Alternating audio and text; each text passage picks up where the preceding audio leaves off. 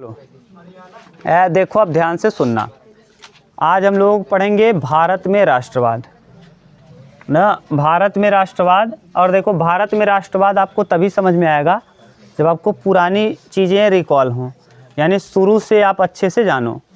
कुछ वीडियोज़ हैं जो आपको बाद में मिल जाएंगे या फिर हम बाद में अलग से पढ़ा देंगे। ठीक, कौन कौन बच जाएगा, माने भारत में कंपनियां कैसे कैसे आएंगी, टीपू सुल्तान और हैदर अली का किस तरीके से होगा, 1757 और 1764 का बक्सर और प्लासी का युद्ध कैसे होगा, और किस प्रकार से बक्सर और प्लासी के युद्ध के बाद अंग्रेज़ों का पांव भारत में पूर्ण रूप से जम जाएगा। और 1857 की क्रांति जब होगी तो उस क्रांति से महारानी क्या कर लेंगी, अपने हाथ में ले लेंगी भारत का शासन। यहाँ लोगों को, प्रतिनिधि को भेजेंगी और शासन वहाँ से चलाएंगी। लेकिन फिर भी हम लोगों के ऊपर जो अत्याचार हो रहा है, हम लोगों का जो शोषण हो रहा है, वो शोषण बंद होने वाला नहीं है। महारानी का एक तरीका था कि वो क्या करती हैं कि इस तरीके से दिखाना चाहती हैं कि हम अपना शासन, माने हम आपका शासन अपने अधीन ले रहे हैं, तो आप लोगों का उतना शोषण नहीं होगा। तो इस तरीके से भारतीय कुछ शांत हो गए। 1857 की क्रांति आप सुने होंगे, ये 10 मई को होगा, 10 मई 1857। ऐसा हुआ क्यों? देखिए, ये क्रांति होने वाला था 30 तारीख को। देखिए 1857 की क्रांति असफल क्यों रह गई, इस पे आता है लिखने को लेख ना। अब यहाँ वो औचित्य नहीं है कि आपको बताएं, बहुत लंबा आता है। अब आप पीसीएस का मेंस लिखेंगे ना तो वहाँ लिखने को देता है 1857 के क्रांति के विफलता का कारण। तो वहाँ बहुत कुछ लिखना रहेगा कि धार्मिक चीज़ें एक हो गई। धार्मिक चीज़ ऐसा हुआ कि जो लोग कुछ अलग धर्म वाले थे वो नहीं जुड़ पाए ना। दूसरी बात ये थी कि ये क्रांति होना था 30 तारीख को। ये 30 तारीख क्या दिखा रहा था, 3 कमल के फूल और 1 रोटी था। उस रोटी को ले करके, रोटी को ले करके एक व्यक्ति को आना था, और व्यक्ति आते समय रास्ते में 2 कमल के फूल को गिरा देता है। आदमी समझ नहीं पाते और वो सोचते हैं 1 कमल का फूल यानी 1 और रोटी का मतलब 10, और इसी वजह से यह क्रांति हो जाती है 10 मई को। होना था 30 को, क्योंकि 3 कमल के फूल थे, 2 गिर गए। जब 30 मई को होता तो जितना भी गोला बारूद था वो इकट्ठा कर लिया जाता। जैसे आपके यहाँ कोई त्यौहार हो या आपके यहाँ कोई बारात 30 तारीख को हो, आप इंतज़ाम कर लोगे 10 को ही, बनवा के कब रखोगे, 30 को। तो इस वजह से यह क्रांति असफल हुई। बहुत कारण है, ये आप अलग से पढ़ोगे तो समझ में आएगा क्या कारण है। ठीक, देखो हमको ये नहीं समझना है अभी। हम लोगों को आपके यहाँ जहाँ से है वहाँ से, आपके यहाँ तो है शायद वो 1914 से, लेकिन फिर भी हम थोड़ा सा पीछे से बता दे रहे हैं, तभी आपको क्लियर समझ में आएगा। देखो 1885 से हम लोग देखना चालू करते हैं। 1885 में क्या हुआ कि 1885 में आपके यहाँ एक संगठन का स्थापना किया गया, इंडियन नेशनल कांग्रेस। इस इंडियन नेशनल कांग्रेस को ना जो बनाने वाले थे सबसे पहले, देखिए इसका नाम रखा गया था 1884 में। 1884 में इसका नाम था INU, इंडियन नेशनल यूनियन। इसका नाम रखने वाले थे सुरेंद्रनाथ बनर्जी। सुरेंद्रनाथ बनर्जी। देखिए आदमी के, अब ध्यान से सुनो, ये ज़रूरत क्यों पड़ी। ये दोनों को ही ज़रूरत है, ये नहीं कि इंडिया के लोगों का ही ज़रूरत है, अंग्रेज़ों का भी ज़रूरत है। अब इसको समझो। ये जैसे आप सोचो, कोई आपको कुछ पत्र लिखना हो एक डीएम को, आप अकेले जाके लिख के चले आओगे तो डीएम आपकी बातों को ध्यान देगा? अगर आप 3 गांव 4 गांव मिल के जाओ और फिर उससे बात करो तो क्या ध्यान देगा कि नहीं? आप अपने हिसाब से सोचो। अगर आप अकेले गए तो डीएम ध्यान देगा? अगर पूरे लोग गए 3-4 गांव के मिल के डीएम से बात करोगे तो क्या होगा? वो आपकी बातों को ध्यान में रखेगा कि नहीं रखेगा? तो INU की स्थापना की है सुरेंद्रनाथ बनर्जी, और इसी को रूपांतरित कर दिया दादा भाई नौरोजी ने। इसका नाम ही 1885 में रख दिया गया। क्या रख दिया गया? इसका INC, इंडियन नेशनल कांग्रेस, भारतीय राष्ट्रीय कांग्रेस। इसका नाम रखा गया भारतीय राष्ट्रीय कांग्रेस। भारतीय राष्ट्रीय कांग्रेस, भारतीय राष्ट्रीय कांग्रेस। और रखने वाले व्यक्ति बहुत ही महान आदमी है। कांग्रेस इसका नाम किसने रखा? दादा भाई नौरोजी। दादा भाई नौरोजी। ये नौरोजी शब्द किसके लिए आता है? पारसियों के लिए, नौरोजी। अब पारसी आप लोग असरानी को अगर जानते होंगे कहीं मूवी में, तो जो गोल टोपी लगाते हैं मुस्लिमों की तरह, वो थोड़ा सा टोपी गोला ये लगाते हैं, इनका चपका रहता है, उनका चपकता नहीं है, उठा हुआ दिखेगा, थोड़ा सा उठा हुआ। कहीं हाँ कहीं दिगरा दिगरा करके पिक्चर में कहीं बोला होगा, ये दिगरा भालो अच्छे दिगरा ये करके, तो हाँ आप देखे होंगे। तो वो अलग है, वो तो मुड़ा हुआ ऐसे रहता है, वो नहीं कर रहे हैं। थोड़ा सा गोली टोपी रहेगी और थोड़ा उठा हुआ रहेगा ना, उठा हुआ। अब दिगरा दिगरा करके बोलते हैं, देखना कभी। तो ये दादा भाई नौरोजी, ये ऐसे हैं जैसे महाभारत के भीष्म पितामह। इनको आप कम मत हल्के में मत लीजिए। दादा भाई नौरोजी को ओल्ड मैन ऑफ इंडिया कहा जाता है। कई चीज़ें हैं इनके विषय में, इनको ही हम कहते हैं old man of India, Bharat के वयोवृद्ध पुरुष। वयोवृद्ध पुरुष यानी old man of India, old man of India, Bharat के वयोवृद्ध पुरुष India. Old man of India किसे कहा जाएगा? दादा भाई नौरोजी। अब बताओ, इंडियन नेशनल कांग्रेस जो है, भारतीय राष्ट्रीय कांग्रेस, इसकी स्थापना किसने किया? स्थापना नहीं, इसका नामकरण किसने किया है? दादा भाई। स्थापना की बात अलग है और नामकरण करने की बात अलग। किया किसने? हाँ दादा भाई दादा भाई नौरोजी को याद कर लो। ये ऐसे महान आदमी हैं, जैसे आप लोग सुनते होंगे कि अगर महाभारत आपने देखा होगा तो आप भीष्म पितामह को जरूर जानते होंगे। भीष्म पितामह की कद्र वो थी, वो पूरे कुल में सबसे महान माने जाते थे, सब उनको प्रणाम किया करते थे ना। वही हाल इनका है, ये बहुत ही महान आदमी हैं। यह ब्रिटेन के संसद में सांसद हैं। सोचो उस समय में, और ब्रिटेन के संसद में सांसद होना बहुत बड़ी बात है। हाँ, आज के समय में आप ब्रिटेन के संसद में सांसद नहीं बन पाओगे, और ये ऐसे आदमी हैं जो ब्रिटेन के संसद में सांसद हैं। क्यों? क्योंकि भारत में ब्रिटिश रूल है, तो उन्हीं का संसद भी होगा। अभी तो अपना हम लोगों का कुछ नहीं है ना। ये देखो हम लोग तो आज़ाद होंगे कब? 1947 में 15 अगस्त। अब ये तो इस समय कौन है? तो सोचो उस समय सांसद का पद पाना कोई भारतीय अपने आप में गर्व की बात होगी। यानी बहुत पढ़ा लिखा, बहुत ही समझदार इंसान होगा तभी ऐसा पद मिलेगा। ये हैं दादा भाई नौरोजी। इन्होंने 1867 में एक किताब लिखा, 1867 में ना। ये नेशनल इनकम का, भारत में नेशनल इनकम की गणना करेंगे, नेशनल इनकम। अब सोचो वर्तमान में कोई आदमी अगर अकेले बैठ जाए और भारत का इनकम, भारत के इनकम को बताना चाहे तो नहीं बता सकता बिना कैलकुलेटर का। सोचो उस समय में कैलकुलेटर होगा भी तो कंप्यूटर नहीं था।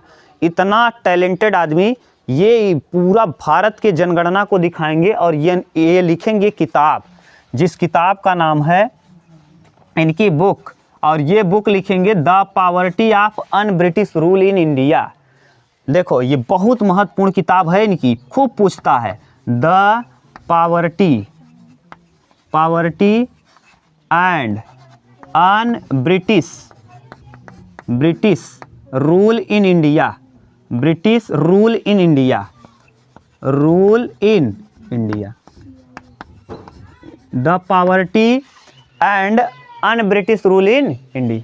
ये पूछेगा कि the poverty and on British rule in India Bharat में कि हाँ ये किसकी बुक है, तो आप बताएंगे किसकी? दादा भाई। इसमें दिखाते क्या हैं कि भारत के धन को किस तरीके से अंग्रेज यहाँ से उठा करके अपने यहाँ ले। भारत क्या हो रहा? The poverty of un British, power किसका? पावर ब्रिटिशर्स का। और इंडिया क्या हो रहा है? गरीब होता चला जाए। माने इनमें दिखाई, ये किताब पढ़ोगे तो दादा भाई, अब बहुत अच्छे से पढ़ोगे तो इसमें मिलेगा। दादा भाई नौरोजी क्या करेंगे? लिखेंगे कि भारत के धन को किस तरीके से अंग्रेज यहाँ से उठा के अपने यहाँ ले जा रहे हैं, और भारत को एक ड्रेनेज बना दी है, एक नाली, जैसे नाली में पानी जाए और नाली के रास्ते क्या लेके जा रहे हैं? भारत का धन। इसीलिए भारत को एक सोने का चिड़िया कहा जाता था। लूट के कौन ले गया? अब याद करो, अगर आपको याद हो थोड़ा बहुत तो देखो, रूस बार बार घुसपैठ करना चाहेगा काला सागर से आकर के भारत में।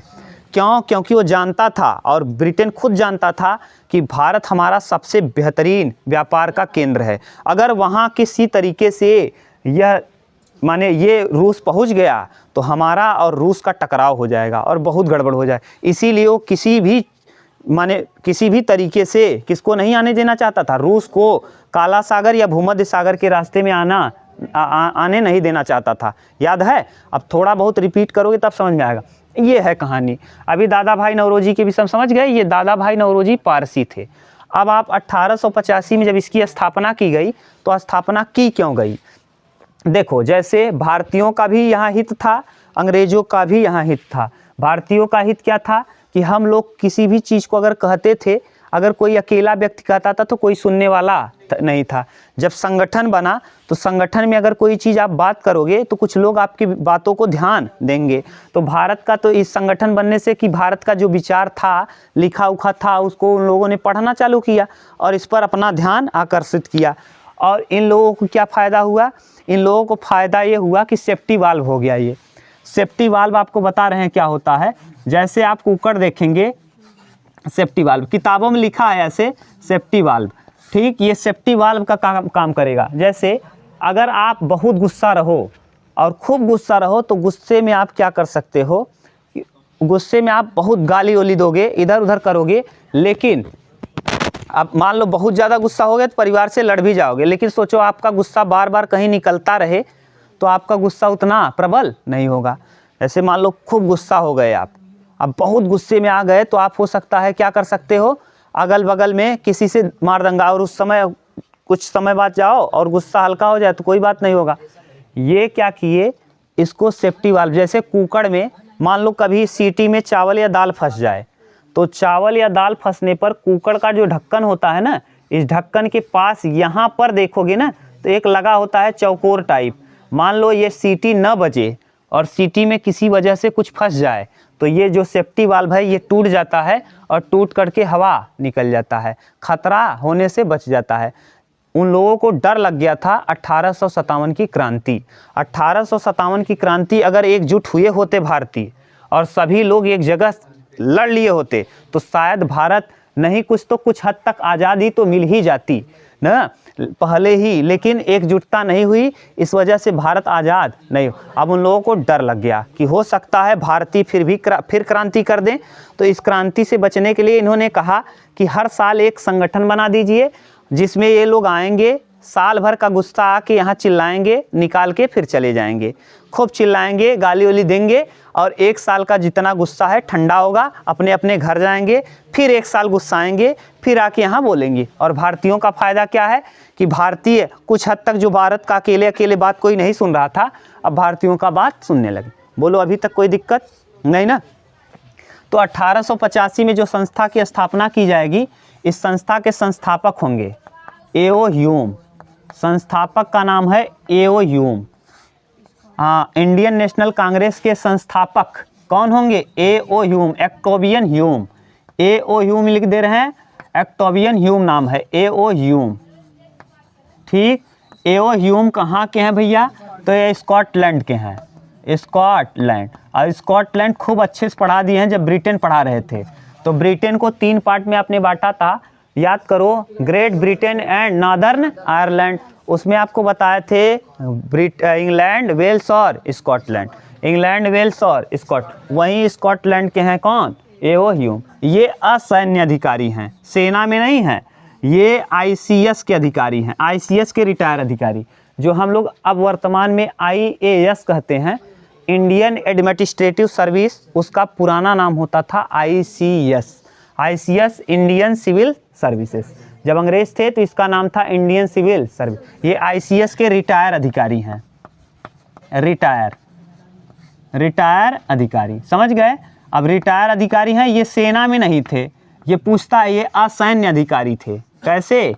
असैन्य, ये असैन्य अधिकारी थे, ठीक, अधिकारी, ये असैन्य अधिकारी थे। बोलो भाई, तो समझ गए? इसके संस्थापक ए.ओ. ह्यूम। इसकी स्थापना कब हुई? 28 दिसंबर 1885। इसका अगर डेट भी पूछ ले तो डेट लिख लेना 28 दिसंबर 1885। 28 दिसंबर 1885। किसने किया? संस्थापक कौन है? ए.ओ. ह्यूम। कहाँ के हैं भैया? स्कॉटलैंड के। इन्हें हर्मिट ऑफ शिमला कहा जाता है, शिमला का संत। इन्हें हर्मिट ऑफ शिमला कहते हैं, हर्मिट ऑफ शिमला, ठीक, शिमला। शिमला राजधानी है आपके यहाँ की, कहाँ की राजधानी है? शिमला। हाँ हाँ, हिमाचल प्रदेश की राजधानी क्या है? शिमला। ठीक, हिमाचल प्रदेश शिमला है और हिमाचल प्रदेश की राजधानी शिमला में ही ये मैच भी होता है। आप एक क्रिकेट का मैदान भी है, ठीक, बहुत स्टेडियम भी है। तो ये समझ गए। तो इनके विषय में इतना कुछ पूछ सकता है। देखो अभिषेक क्या क्या पूछ सकता है, पूछेगा कि इंडियन नेशनल कांग्रेस की स्थापना कब हुई? 1885 में। अगर डेट भी पूछ ले तब 28 दिसंबर 1885 में। संस्थापक कौन थे? एओ ह्यूम। कहाँ के थे? स्कॉटलैंड के थे। कहाँ के थे? स्कॉटलैंड के। ये क्या थे? आईसीएस अधिकारी थे, रिटायर हो चुके थे। और ये कैसे अधिकारी थे? असैन्य, सेना के अधिकारी नहीं थे। इन्हें हरमिट ऑफ शिमला के नाम से जाना है। और इन्होंने कहा अब भारत का जो भी साल भर के लिए कुछ नियम कानून बनवाना होगा तो एक मीटिंग आयोजित किया जाएगा। हर साल एक मीटिंग होगा और उस मीटिंग में लोग आएंगे, अपने अपने विचारों को रखेंगे। अंग्रेज़ों ने कहा अपने विचार को रखिए, अगर हम लोगों को सही लगेगा तो आपके विचारों को मान करके उस नियम कानून बना दिया जाएगा, आपका काम चलेगा। ठीक, तो कहा गया कि हर साल प्रत्येक वर्ष एक क्या होगा? हाँ, इंडियन भारतीय राष्ट्रीय कांग्रेस की हर साल एक बार अधिवेशन होगा। हर साल भारतीय राष्ट्रीय कांग्रेस का एक बार अधिवेशन अवश्य होगा। तो 1885 में 28 दिसंबर 1885 में पहला अधिवेशन होगा। इस पहले अधिवेशन में भैया, ये पहला अधिवेशन कब होगा? 28 दिसंबर 1885। इसका जो अभी देखो इसकी स्थापना कर दिए। ये देखो स्थान कहाँ है? ये जो होगा स्थान अगर आपसे पूछे तो मुंबई यानी बम्बई, उस समय बम्बई कहते थे मुंबई को, बम्बई में। ठीक, बम्बई में। और इसके अध्यक्ष कौन थे? WC बनर्जी, वोमेश चंद्र बनर्जी। इनका नाम क्या है? वोमेश चंद्र बनर्जी, WC बनर्जी। पहला, अब आपसे पूछेगा इंडियन नेशनल कांग्रेस का पहला अधिवेशन कहाँ होगा? बम्बई में। और बम्बई में, और इसके अध्यक्ष कौन होंगे? WC बनर्जी, वोमेश चंद्र बनर्जी। ये पहला अधिवेशन होगा। इसमें भारतीय इतना जागरूक है नहीं, तो इसमें केवल 72 लोग आएंगे। इसमें शामिल कितने लोग होंगे? दूसरे वाले में लगभग 450 या 430 के करीब लोग शामिल होंगे, लेकिन पहले वाले अधिवेशन में 72 लोग। कई बार एग्जाम में रिपीटेड प्रश्न है कि पहले अधिवेशन में इंडियन नेशनल कांग्रेस में कितने लोग शामिल हुए थे? 72 लोग। ठीक, यह कब हुआ था? 28 दिसंबर 1885। कहाँ हुआ था? बम्बई में। इसके अध्यक्ष कौन थे? WC बनर्जी। बोलो भाई कहीं दिक्कत हो तो बताओ। ठीक, ये पहला अधिवेशन है। पहले अधिवेशन इतना उतारो, फिर हम लोग दूसरा अधिवेशन देखते हैं, तीसरा। जो भी अधिवेशन है आज हम लोग कंप्लीट कर लेंगे, तब आपको ठीक रहेगा। उतारो, जल्दी उतारो। उतारे? देखो अब ध्यान से सुनना, इधर सुन लो। और एक बार और एक प्रश्न पूछ लिया था, इससे एक प्रश्न और पूछ सकता है कि जिस समय ये पहला अधिवेशन हुआ था या जिस समय इसकी स्थापना हुई थी, उस समय वायसराय कौन था? वायसराय, देखो वायसराय नियुक्त होते थे, फिर बाद में गवर्नर होने लगे, उसके बाद गवर्नर जनरल। ये भी आपको पढ़ना एक टॉपिक है। वायसराय, पहले वायसराय नियुक्त होते थे, फिर गवर्नर हुए, फिर गवर्नर के बाद गवर्नर जनरल। जैसे भारत का फर्स्ट गवर्नर जनरल कौन था? सी राजगोपालाचारी, जो आपके यहाँ द इंचांटेड पुल लिखे होंगे ना। हाँ, सी राजगोपालाचार्य भारतीय थे। तो वो सब आएगा, एक अलग टॉपिक है पूरा ना, गवर्नर जनरल वायसराय। तो इस समय पूछता है जिस समय इंडियन नेशनल कांग्रेस की स्थापना हुई उस समय भारत का वायसराय कौन था? डफरिन था। डफरिन बहुत डफर था, इसलिए डफर वाला काम कर दिया ना। डफरिन, कौन? डफरिन पूछेगा आपसे। और एक प्रश्न और यहीं जान लो, आएगा भी बताएंगे फिर से। एक प्रश्न और, उस समय वायसराय कौन था? लिख लेना, वायसराय है ये, वायसराय। अभी इसको वायसराय ही कहा जाएगा, बाद में इसका नाम गवर्नर होगा, फिर उसके बाद गवर्नर जनरल हो जाएगा। तो डफरिन, वायसराय कौन था? डफरिन। ये कब अधिवेशन हो रहा है? 28 दिसंबर 1885। 1930 से जनवरी में होना चालू हो जाएगा। 1900 कब से? 30 से। 1930 से जनवरी में होगा और यहीं पर पंडित जवाहरलाल नेहरू रावी नदी के तट पर रात 12 बजे झंडा को फहराएंगे ना, और कहेंगे अब हम लोग क्या करते हैं, अपने आप को पूर्ण स्वराज घोषित करते हैं। और तभी से इसी वजह से हम लोग ये डेट को भूल न जाएं, इसी वजह से 26 जनवरी 1950 को संविधान हमने जानबूझकर लागू किया कि हम लोगों ने अपना पूर्ण स्वराज, अपने आप को स्वतंत्र कब घोषित कर लिया, 30 तक। ये डेट भूले नहीं, इसी डेट की वजह आएगा, आगे बताएंगे आपको, घबराओ मत। इसी वजह से हम लोगों ने रात को 12 बजे झंडा रावी नदी के तट पर लहरा दिया और तभी से हम अपने आप को स्वतंत्र घोषित किए थे। पूर्ण स्वराज की मांग, स्वराज नहीं, पूर्ण स्वराज की मांग, पूर्ण स्वराज की मांग इसी अधिवेशन 1930 जो जनवरी में हुआ था। और इसके अध्यक्ष कौन होंगे, पंडित जवाहरलाल नेहरू। ये पंडित जवाहरलाल नेहरू 1930 में अभी तक कब हो रहा था, दिसंबर में। अधिवेशन कब हो रहा था, कब से जनवरी में चालू होगा, 1930, ठीक। और कहीं कहीं 2-2 बार भी अधिवेशन हुए हैं, हम उसको आपको बताते रहेंगे, आप घबराओ। ये यहाँ तक अगर किसी को प्रॉब्लम हो तो पूछ सकते हो, बोलो, किसी को दिक्कत नहीं, मिटा के पूछें, बता सकते हो, हम मिटा दे रहे हैं और पूछ रहे हैं, आप बताओ ना। पहले इसका नाम बताओ क्या था, पहले INU था, क्या नाम था, इंडियन नेशनल यूनियन। इसका नाम रखने का काम किया था सुरेंद्रनाथ बनर्जी, उसके बाद इसका नाम हो गया INC, इंडियन नेशनल कांग्रेस। नाम रखा किसने, दादा भाई नौरोजी को क्या कहते हो, ओल्ड मैन ऑफ इंडिया। 1867 में इन्होंने नेशनल इनकम के बारे में बताया, इन्होंने ही क्या लिखा था, the poverty of un British rule in India. और उसके बाद 28 दिसंबर 1885 को स्थापना की गई किसकी, इंडियन नेशनल कांग्रेस की। इसके संस्थापक कौन है, A.O. ह्यूम, जो कहाँ के हैं, स्कॉटलैंड के। इन्हें हर्मिट ऑफ शिमला कहा जाता है, ठीक। ये असैन्य अधिकारी थे। जिस समय इसकी स्थापना हुई उस समय वायसराय कौन था, डफरिन था। कौन था, डफरिन था। और अध्यक्ष कौन थे, WC बनर्जी थे। इसमें कितने लोग शामिल हुए थे, 72 लोग शामिल हुए थे। बम्बई के किस कॉलेज में हुआ था, ये भी लिख लो, गोकुल दास तेजपाल संस्कृत महाविद्यालय। ये जो गोकुल दास तेजपाल संस्कृत महाविद्यालय, ये होने वाला था पुणे में, लेकिन प्लेग की वजह से ये आ गया कहाँ, गोकुल दास तेजपाल संस्कृत महाविद्यालय कहाँ पर, मुंबई, ठीक। ये किस विद्यालय में हुआ था, लिख लो, जहाँ मुंबई लिखे हो ना, बम्बई को तीर खींच के लिख लो, गोकुल दास तेजपाल संस्कृत महाविद्यालय। हो गया पहला अधिवेशन, देखो अब बता दिए। अब हम लिखते जा रहे हैं, ध्यान से सुनना। 1885 पहले लिखेंगे सन,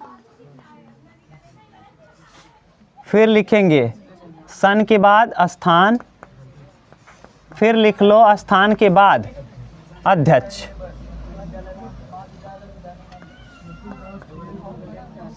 विद्यालय केवल 12 तक को कहते हो, महाविद्यालय 12 के बाद कहते हो। ये गधा क्या यार, तुम लोग भी तो। 1885 1885 28 दिसंबर याद तो है ना। स्थान कहाँ है, बम्बई। ऐसे लिख लो, बक मई, बक मई। ब से बम्बई, बम्बई ना। अध्यक्ष क से कलकत्ता, अध्यक्ष थोड़ा शिफ्ट कर दो, अध्यक्ष। बात मत करो जी, अध्यक्ष। ब से बम्बई, क से कलकत्ता, कलकत्ता ही कहते थे पहले, कोलकाता अब नाम हुआ। म से मद्रास, तो हमारी राजधानी थी ये ना। 1911 तक राजधानी रहेगी, 1912 में चेंज होगी, ठीक। इलाहाबाद, इसे इलाहाबाद। ये चारों के चारों इम्पोर्टेंट हैं, ये 4 लगातार वाले याद करने हैं। 85 के बाद 86, 86 के बाद 87, 87 के बाद 88, ठीक। 85, 86, 87, 88। इस समय अध्यक्ष जो हैं WC बनर्जी, WC बनर्जी, ठीक। दूसरे हैं कलकत्ता के दादा भाई नौरोजी, नौरोजी। इन्हें इनके विषय में बता ही दिए, अब यहाँ लिखना हो तो फिर से लिख लेना। इन्हें ओल्ड मैन ऑफ इंडिया कहते हैं। The poverty of un British rule in India इन्होंने ही लिखा है ना किताब। और इन्होंने 1867 में नेशनल इनकम, भारत की राष्ट्रीय आय की गणना भी की थी। ये इतने महान थे और ये ही ब्रिटेन के संसद में सांसद भी थे। इतने महान आदमी हैं ये, हल्का फुल्का मत समझो। उस समय के समय में उन ब्रिटेन के संसद में सांसद होना अपने आप में बहुत बड़ी बात होती है। क्यों? क्योंकि अंग्रेजों ने दबाकर भारतीयों को रखा था। भारतीयों को कहते थे कि dogs and Indians are not allowed. Train में लिखा रहता था एसी वाले डिब्बे में, dogs and Indians are not allowed, यानी कुत्ते और भारतीय एसी वाले गाड़ी में अलाउ नहीं। महात्मा गांधी को उठा के फेंक भी दिया था बाहर, समझ गए, सेंट पीटर्सबर्ग स्टेशन पे ना, बताएंगे आपको आगे। तो सोच लो, ये था उस समय, ये माहौल था। भारतीयों को अछूत समझते थे। इसके बावजूद उनके संसद में होना, समझ रहे हो कि इनके पास बहुत टैलेंट रहा होगा, बहुत नॉलेज रहा होगा, तब जाके उनके संसद में रहे होंगे। नॉर्मल बात नहीं है, सोच लो। दादा भाई नौरोजी ये पारसी धर्म के हैं, इतना बता दिए। अगला, इसके बाद मद्रास में जो होगा इस समय जो होंगे, हाँ, बदरुद्दीन तैयब जी, बदरुद्दीन तैयब जी, बदरुद्दीन तैयब जी, तैयब जी, बदरुद्दीन तैयब जी। और तीसरा जॉर्ज यूले, जॉर्ज यूले। अब यहाँ से कई प्रश्न सुनो, जो प्रश्न बोल रहे हैं, पूछेगा आपसे पहला मुस्लिम अध्यक्ष इंडियन नेशनल कांग्रेस का किस अधिवेशन में हुआ था। अधिवेशन पूछेगा नहीं, कब हुए थे। हाँ, ये पहले मुस्लिम अध्यक्ष हैं। कौन? पहले मुस्लिम अध्यक्ष, पहले मुस्लिम अध्यक्ष, पहले मुस्लिम अध्यक्ष फर्स्ट। सोच लो कौन हुए हैं? बदरुद्दीन तैयब। ये पहले अंग्रेज अध्यक्ष हैं, पहले अंग्रेज यानी ईसाई धर्म वाले, पहले ईसाई धर्म वाले, पहले अंग्रेज अध्यक्ष। अंग्रेज, सोच लो, ये सब प्रश्न पूछता है कि पहले अंग्रेज अध्यक्ष कौन थे। George Yule, George. दादा भाई नौरोजी को ये लिख लेना, ये 3 बार हुए हैं। कितनी बार? 3 बार। इंडियन नेशनल कांग्रेस के कितनी बार अध्यक्ष बने हैं? एक बार प्रश्न यही पूछा था कि दादा भाई नौरोजी जो ओल्ड मैन ऑफ इंडिया हैं, इंडियन नेशनल कांग्रेस के कितनी बार अध्यक्ष हुए थे? 3 बार हुए थे। ठीक, वयोवृद्ध पुरुष इन्हें कहा जाता था। जॉर्ज यूले ये क्या हैं? माने जॉर्ज यूले पहले अंग्रेज हैं जो कि इंडियन नेशनल कांग्रेस के क्या बनेंगे? अध्यक्ष बने। भारतीय राष्ट्रीय कांग्रेस के अध्यक्ष बनेंगे कौन? ये जॉर्ज यूल। यानी लिख दें क्या यहाँ, भारतीय राष्ट्रीय कांग्रेस, भारतीय राष्ट्रीय कांग्रेस के पहले मुस्लिम अध्यक्ष कौन है? हाँ, मुस्लिम अध्यक्ष, हाँ, सैयद बदरुद्दीन तैयब जी, सैयद बदरुद्दीन। भारतीय राष्ट्रीय कांग्रेस के पहले अंग्रेज अध्यक्ष कौन हैं? George Yule. कौन? George Yule. भारतीय राष्ट्रीय कांग्रेस के ये बनर्जी हैं दादा। अब यहाँ से देखो, आपको कुछ सीख मिल रहा होगा कि ये जो भारतीय राष्ट्रीय कांग्रेस है किसी एक धर्म का नहीं, किसी एक जाति का नहीं, बल्कि सभी धर्मों और सभी जाति के लिए है। यहाँ से भारत में ये पता चलता है कि सेकुलर है। भारत क्या है? सेकुलर है। सेकुलर है, सेकुलर मतलब ये है कि किसी जाति का, यहाँ सभी के जातियों को सुना जाएगा। अब लोगों का मनोबल और बढ़ेगा, सभी लोग इसमें हिस्सा लेंगे। अगर मान लो कोई एक ही जाति का अध्यक्ष होता, जैसे कोई एक ही जाति होती, एक ही जाति का बनाया जाता, तो उसमें कुछ लोग शामिल ना होते। जैसे इसी समय भाजपा वाली को कहते हैं कि मुस्लिमों के लिए नहीं है, तो मुस्लिम उसमें बहुत कम भाग लेते हैं। तो इसमें अगर एक ही का होता तो इसमें भाग लेते। ये इससे अध्यक्ष अलग अलग बन रहे हैं, तो लोगों के मन में आ रहा है कि नहीं, हम लोगों की भी सुनी जाएगी, यानी हम लोग भी अध्यक्ष बन रहे हैं। ये वाले लोग ये थे कि अभी तक 1905 तक इनके मन में था, उदारवादी थे। सोच रहे हैं अंग्रेज बहुत पढ़े लिखे हैं, बहुत बुद्धिमान है, जो हमारे लिए करेंगे सब बढ़िया है। लेकिन 1907 में आएंगे नरम दल और गरम दल वाले, और तब मारधाड़ चालू होगा। आएगा धीरे धीरे, देखेंगे हम लोग। चौथा, अब इसके बाद इतना तो इम्पोर्टेंट है, ये चारों पूछता है, एकदम याद कर लो। हाँ, बक मई बक, WC बनर्जी, दादा भाई नौरोजी, बदरुद्दीन तैयब जी और जॉर्ज यूल।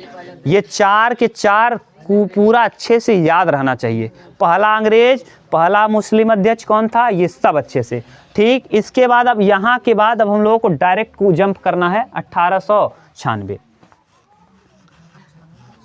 1896 यहीं से ओलंपिक का शुरुआत हुआ है। 1896 डेट बहुत इंपॉर्टेंट है। ओलंपिक खेलों का शुरुआत कहाँ, कब से, 1896। इस डेट के सामने लिखो, ओलंपिक खेलों का शुरुआत 1896 से हुआ। ठीक, और इस समय जो हुआ ये वाला अधिवेशन 1896 वाला कलकत्ता में हुआ। ठीक, ये कोलकाता में हुआ और इसके जो अध्यक्ष रहे, अच्छा कोलकाता लिख दें, कोलकाता, कोलकाता यहाँ लिख लेना। यहीं से क्या 1896 से ही क्या चालू हुआ था, ओलंपिक खेलों की शुरुआत हुई थी। हाँ, ग्रीस, एथेंस में, एथेंस वहीं तो दिखाता है, ऐसे लेके मसाल लेके खड़ी हैं, ग्रीस एथेंस में शुरुआत हुआ था। अब ये यार वो कहानी अलग की है, यहाँ करोगे फिर ये तो बताने को बता दिए, वो पढ़ेंगे हम लोग, अलग से पढ़ेंगे, सब है, मिक्सिंग कर दोगे फंस जाएगा मैटर। अभी यहाँ आपको जो याद करना है, इस समय अध्यक्ष कौन थे ये याद करना है। हाँ, रहमतुल्लाह सयानी, रहमतुल्लाह सयानी।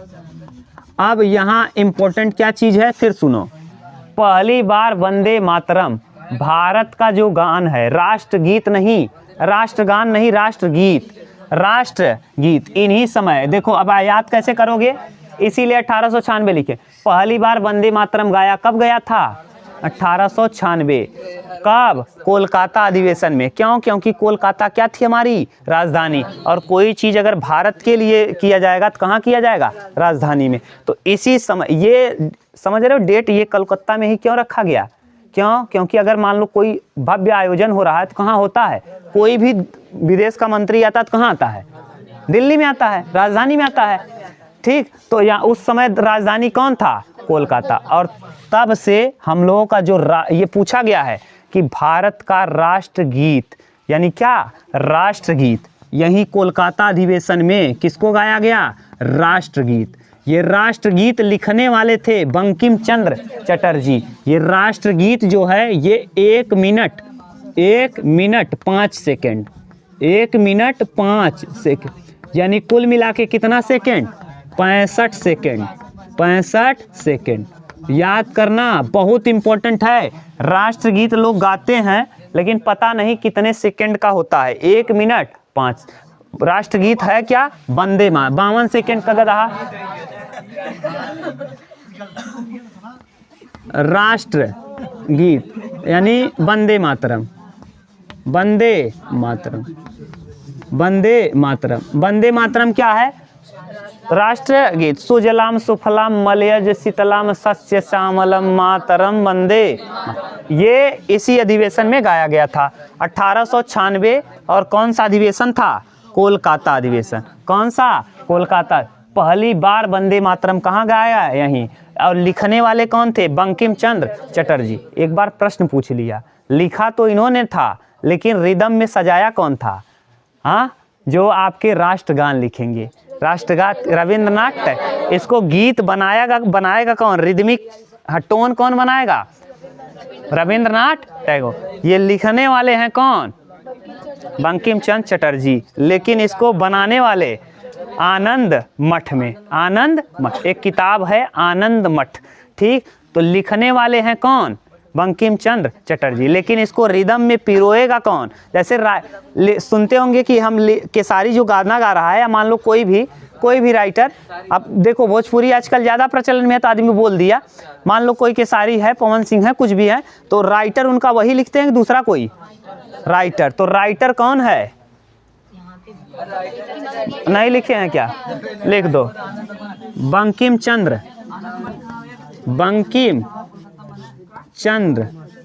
चटर्जी, बंकिम चंद्र चटर्जी लेकिन इसको गाना में पिरोया कौन? हाँ, रविंद्रनाथ टैगोर। ये प्रश्न पूछा था एक बार घुमा के, तो समझ गए। लेकिन आपको इतना डीप पूछेगा नहीं, आप जानते रहो कि वंदे मातरम को किसने लिखा है? बंकिम चंद्र चटर्जी। एक कब कितने मिनट का होता है? 1 मिनट 5। कितने सेकंड का? 65 सेकंड। 65 सेकंड भी देता है और 1 मिनट 5। 65 सेकंड सब याद करते हैं, 1 मिनट 5 दे दिया ना, फिर कंफ्यूजन हो जाता है कहाँ हुआ ये, हम तो 65 याद किए थे। 65 ही देगा, समझ गए। ये वास्तव में यही है, ये है। अभी तक याद कर लो। 1896 में पहला ओलंपिक,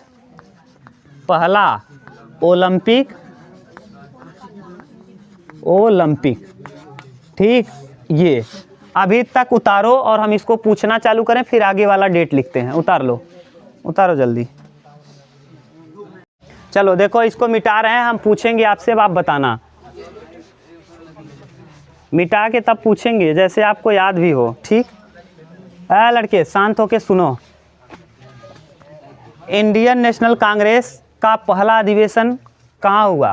बम्बई। और इसके अध्यक्ष WC बनर्जी 1885। दूसरा 1886, अब तो समय ही बता दिए। दूसरा 1886 कलकत्ता में, क से कलकत्ता, बक मई बक, तो ब से बम्बई, क से कलकत्ता, तो दूसरा कलकत्ता में हुआ। इसके अध्यक्ष कौन रहे? हाँ, दादा भाई नौरोजी। ये 3 बार बने थे। तीसरा अधिवेशन 87 में, और कहाँ हुआ? मद्रास में। इसके अध्यक्ष कौन थे? बदरुद्दीन तैयब जी, पहले मुस्लिम। और चौथा कहाँ हुआ? इलाहाबाद में। क से कलकत्ता, म से मद्रास, ई से इलाहाबाद। ऐसे याद करना, बक मई। पहला बम्बई, दूसरा कलकत्ता, तीसरा मद्रास, चौथा इलाहाबाद। इलाहाबाद वाले में जॉर्ज, पहले अंग्रेज। फिर 1896 में हुआ। अरे और हुआ है, हर साल होगा, लेकिन हम लोगों को जो इम्पोर्टेंट डेट है वही याद करना है। फिर 18 और भी हुआ, 87, 88, 89, 90, लगातार आपको याद नहीं करना है, जो पूछता है वही। 1896 इम्पोर्टेंट क्यों हुआ? क्योंकि पहली बार हम लोगों ने राष्ट्रगीत जो है यही गाया। 1896 पहला ओलंपिक की शुरुआत भी 1896 में हुआ। इस समय के अध्यक्ष को भी याद करना है। ये कहाँ हुआ? ये भी तो कहाँ हुआ आप जानते हो। राजधानी कौन थी? कोलकाता। तो उस समय कोलकाता राजधानी थी, इसीलिए हुआ भी कहाँ? कोलकाता में। और इस समय जो अध्यक्ष थे वो कौन थे? रहमतुल्लाह सयान। याद कैसे करोगे? रहमतुल्लाह सयान आदमी थे, सयानी थे, बहुत सयान थे, इसीलिए सयान नहीं कहते हैं, सयान हो गए। तो यानी सयान हो गए यानी बड़े हो गए। तो रहमतुल्लाह सयानी बहुत ज्ञानी आदमी थे, इसीलिए राष्ट्रगीत की शुरुआत कब से हुई? 1896, ठीक। 1896 के बाद अब आओ अगला सन 1905। ये 1905 हम लोग पढ़ेंगे। देखो 1905 भी जरूरी है। अब 1905 वाले को हम लोग पढ़ेंगे, बंग भंग आएगा यहाँ पे, बंगाल विभाजन अलग से पढ़ना है हमको, तो वहाँ आपको और समझ में आएगा, लेकिन अध्यक्ष पढ़ लो अभी। 1905 स्थान बनारस है। हाँ, ये हैं इस समय जो अध्यक्ष बनेंगे, गोपाल कृष्ण गोखले। गोपाल कृष्ण गोखले। देखिए अब ध्यान से सुनो, ये क्या है? गुरु हैं। गुरु किसके? महात्मा गांधी।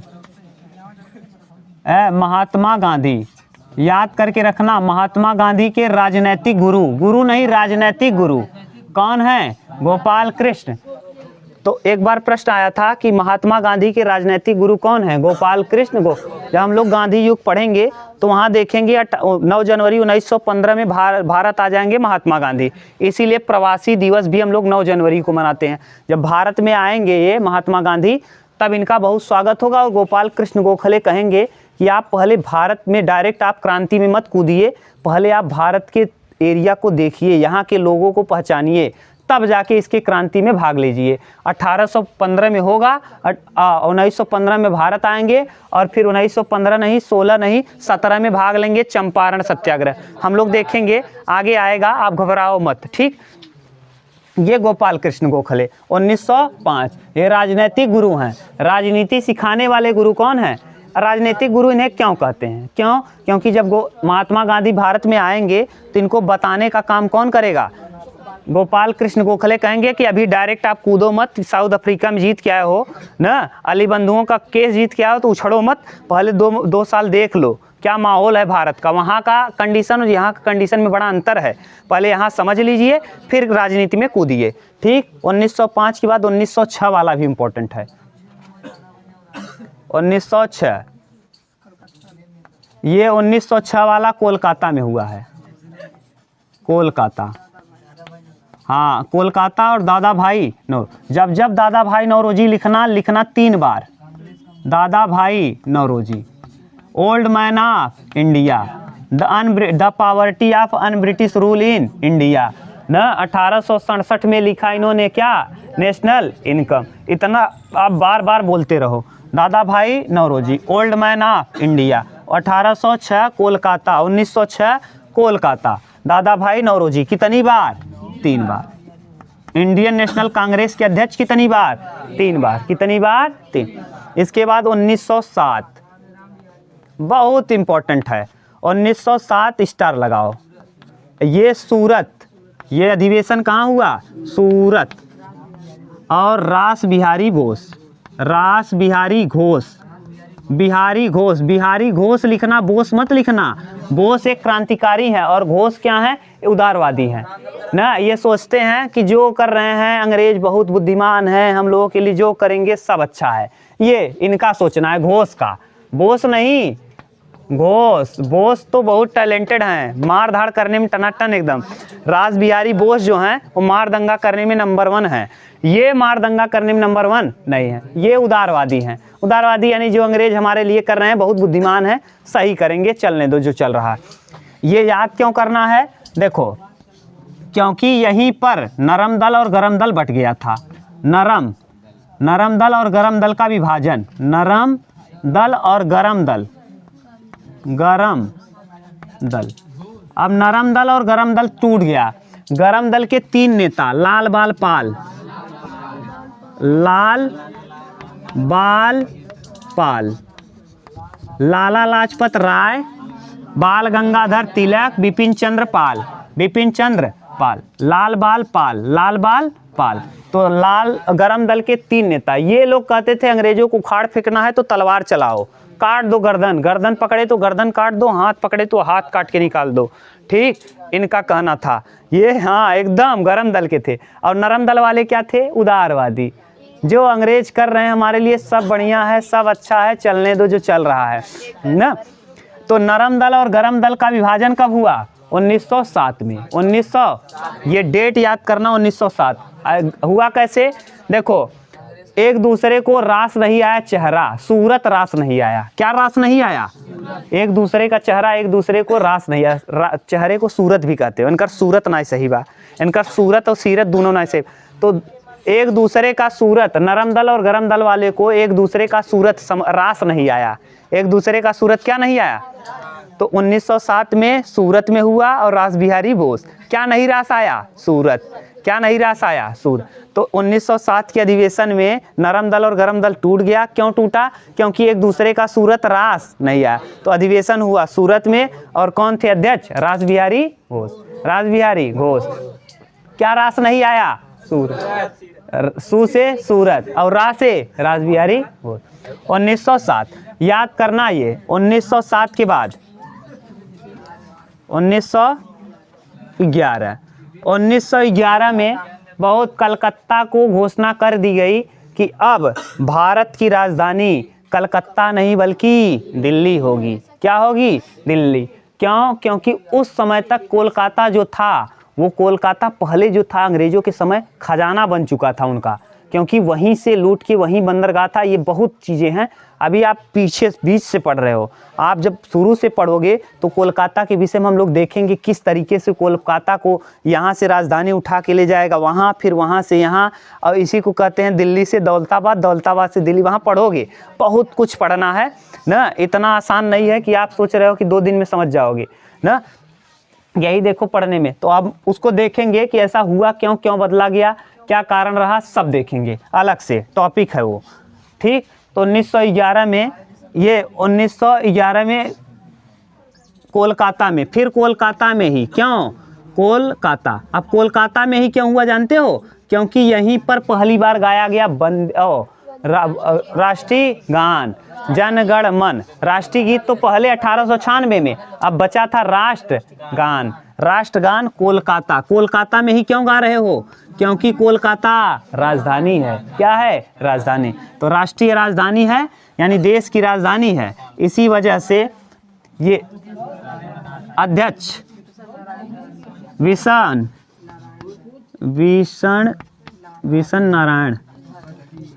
नारायणधर। अब देखो इनको कैसे याद करोगे? विशन नारायणधर को, इनको विष्णु भी कहीं देता है, विष्णु ना।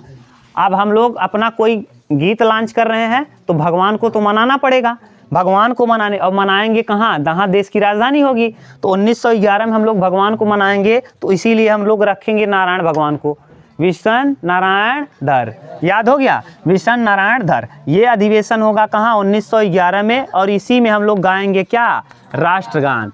राष्ट्रगान, राष्ट्रगान, राष्ट्रगान। अब ये राष्ट्रगान जो है इसका 52 सेकेंड, 52 सेकेंड। लेकिन अगर धुन कभी बजाना हुआ, मान लो कोई आपातकाल आ गया है, कोई संकट आ गया है, तो पूरा गाना गाया नहीं जाता। तो ऐसी स्थिति में आपातकाल में 20 सेकेंड, कितना? आगे वाला रिदम और अंत वाला रिदम गाया जाता है, और बीच वाले गानों को नहीं गाते। 10 सेकेंड आगे वाला और 10 सेकेंड पीछे वाला। क्लियर?